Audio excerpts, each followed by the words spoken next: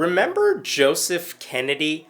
He was the showboating Bremerton High School football coach in Washington who led performative Christian prayers at midfield after football games. By the time the school finally stepped in, these were giant spectacles involving lots of students, some of whom may have felt pressure to join in. Officials told him he could no longer pray with his players if he wanted to keep his job. Some parents said their sons felt pressured to pray with Kennedy, but others supported him. It came to the point where they said, if you were being able to be seen anywhere on the football field in prayer, then we're going to have to suspend you, and ultimately it ended my career. You know, want playing time, kids? You better find my God quickly. After being told not to do that because it was coercive, and after Kennedy himself chose not to reapply for the coaching job, he spent years demanding his old job back, lying about his so-called firing, and with the help of a right-wing legal group, he took his case all the way up to the Supreme Court.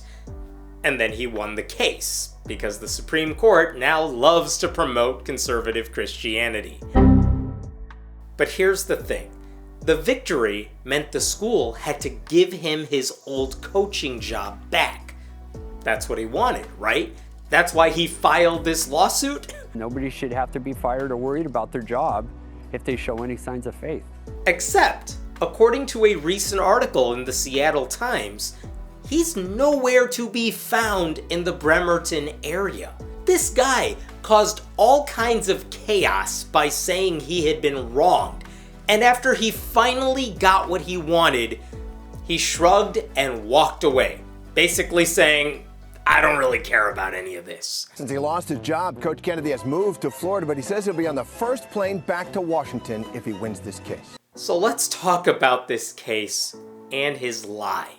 The thing is, all of this was predictable.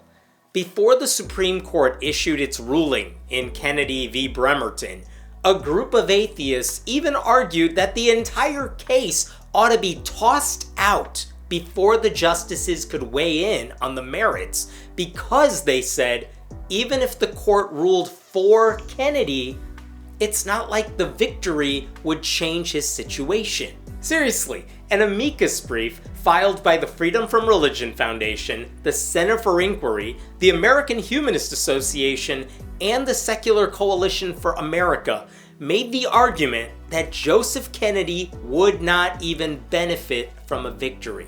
Kennedy had argued that he lost his job because he wanted to deliver a quiet Christian prayer at midfield after games, but he was persecuted because of that. Now, all of that was exaggerated or untrue. He was never actually fired, the prayers were not quiet, and the concern was far more about the coercive nature of his performative prayers, not his ability to privately pray. Some Bremerton parents, like Paul Peterson, who raised his children Christian and whose son played for Coach Kennedy in 2010, worry favoritism and coercion did happen and now will continue to happen. But the only reason the Bremerton case was in front of the Supreme Court at all was because, theoretically, their decision was the only way Kennedy could get his job back.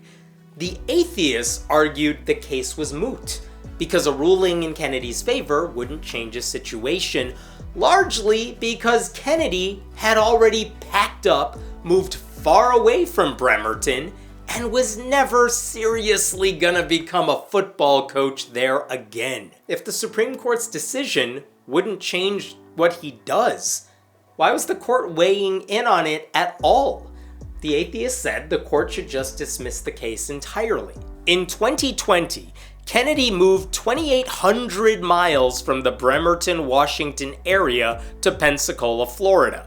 He sold his home in Washington. He purchased a home in Florida and established residency there.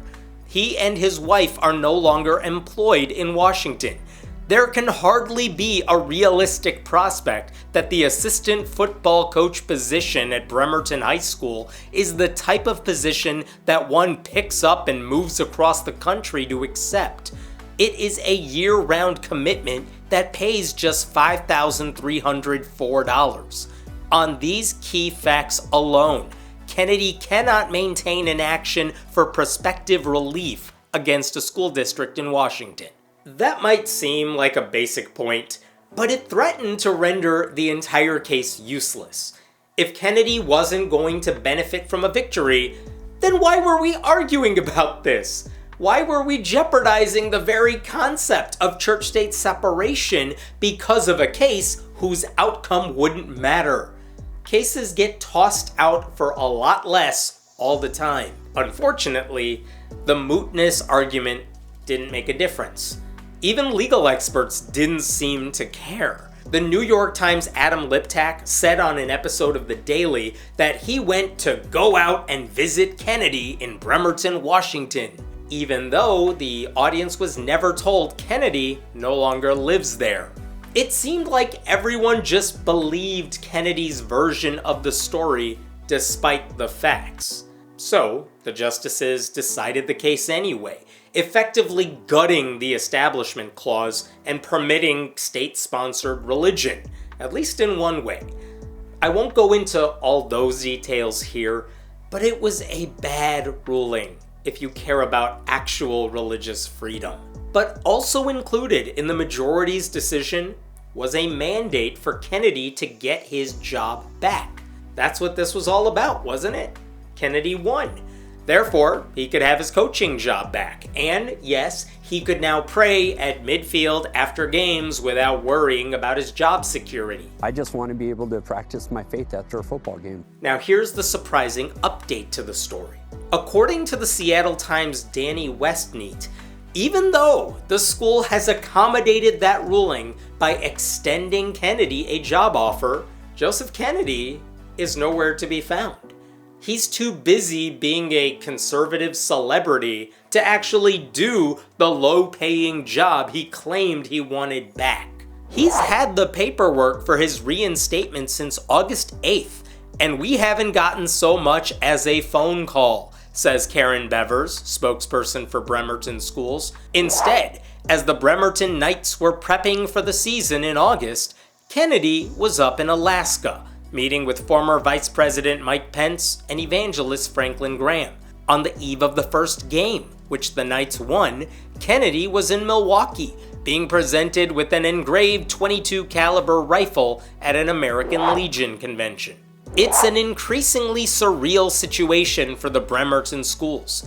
They were ordered to reinstate Coach Kennedy to a football coaching position, according to court documents, but the now famous coach is out on the conservative celebrity circuit, continuing to tell a story about the prayer that got me fired, even though Bremerton never actually fired him. That is well put. Joseph Kennedy, the Christian hero, is too busy lying about his supposed persecution in front of Christian audiences who love being lied to. What's your prayer tonight? Thank God it's over. And get me back on the field as quick as possible. And the biggest lie of all is that he ever gave a damn about coaching high school football. It was nothing more than a vehicle for him to proselytize. The Atheist had it right the entire time. Kennedy had no intention of ever returning to the sidelines at Bremerton High School. But the conservative justices were all too eager to give Kennedy an undeserved victory because he was their tool to blow a gaping hole in the wall of separation between church and state. The court's decision, the latest in a series of major wins for religious conservatives, allowing a chaplain to pray and lay hands on an inmate as he's put to death, allowing the Christian flag to fly from one of Boston's City Hall flagpoles, and approving taxpayer-funded tuition assistance for religious schools in Maine. The end result for the school is even more bizarre. Again, this is the Seattle Times. The effect of the court's order is that Bremerton has to reinstate someone who didn't apply for the job then and doesn't appear eager for it now. It's as if the justices wanted to script an ending for a Christian redemption movie, but real life isn't cooperating. That is a fair assessment. Real life isn't cooperating because Joseph Kennedy is a Christian liar who was backed by other Christian liars, and won a Supreme Court victory thanks to a block of right-wing justices who perpetuate Christian lies for a living. The student athletes? They were irrelevant. The coaching gig? Kennedy didn't care about it.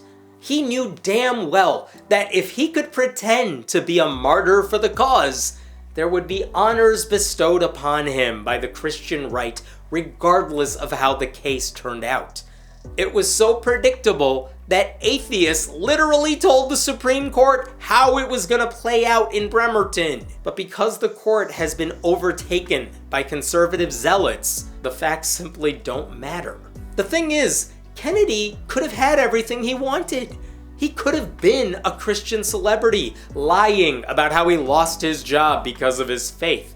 And conservatives would have celebrated him like he was a victim of persecution. Will he be hired back? That's all he asked for in the case, is to get his job back and to be able to say that 15-20-second prayer after the game. Taking the case to the Supreme Court was entirely unnecessary, since his lying attorneys could have just accepted their loss and called it a day. But the goal wasn't victory for him. The goal was destroying church-state separation. And in that case, they all got what they wanted. As any high school coach could tell you, the job is a sacrifice. You don't get paid much, and it takes a lot of time. But you do it because you love working with the students. You do it because what you get out of it is more valuable than a paycheck. When Kennedy used his platform to advertise his religion, it was clear the students, the athletes, were not his main priority. That's why no one should be shocked that even though everyone he fought against is now legally obligated to bend over backwards to accommodate him, he has moved on. He never cared about the kids, or the team, or the job. He only ever cared about himself. A good coach would never do something like that. But it is exactly what you would expect from a conservative Christian who only pretends to care about being a coach in the hopes that, one day they'll make a God's Not Dead movie about him.